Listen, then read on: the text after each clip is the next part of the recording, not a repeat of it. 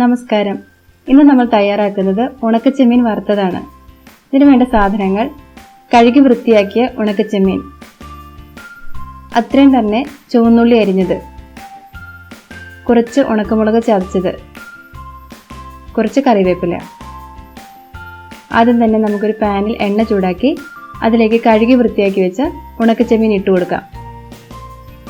ഈ ചെമ്മീൻ കഴുകുന്ന സമയത്ത് നമ്മൾ കൂടുതൽ നേരം വെള്ളത്തിലിട്ട് വെക്കരുത്. അപ്പോൾ ഇത് ക്രിസ്പി ആക്കി കിട്ടാൻ വളരെ ബുദ്ധിമുട്ടായിരിക്കും.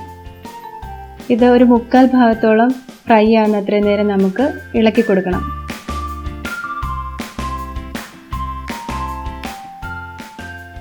ഇനി ഇതിലേക്ക് ചുവന്നുള്ളി ചേർത്ത് കൊടുക്കാം, ഒപ്പം വേപ്പിലയും.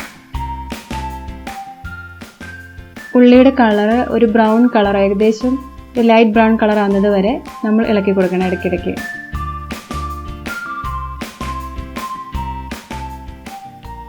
ഇതിലേക്ക് പാകത്തിന് ഉപ്പ് ചേർത്ത് കൊടുക്കാം.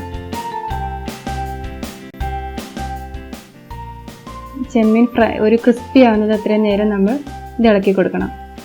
ഇപ്പോൾ ഇത് ക്രിസ്പി ആയിട്ടുള്ള സമയം നമുക്കിതിലേക്ക് തീ നന്നായി കുറച്ചതിന് ശേഷം ഉണക്കമുളക് ചേർത്ത് കൊടുക്കാം.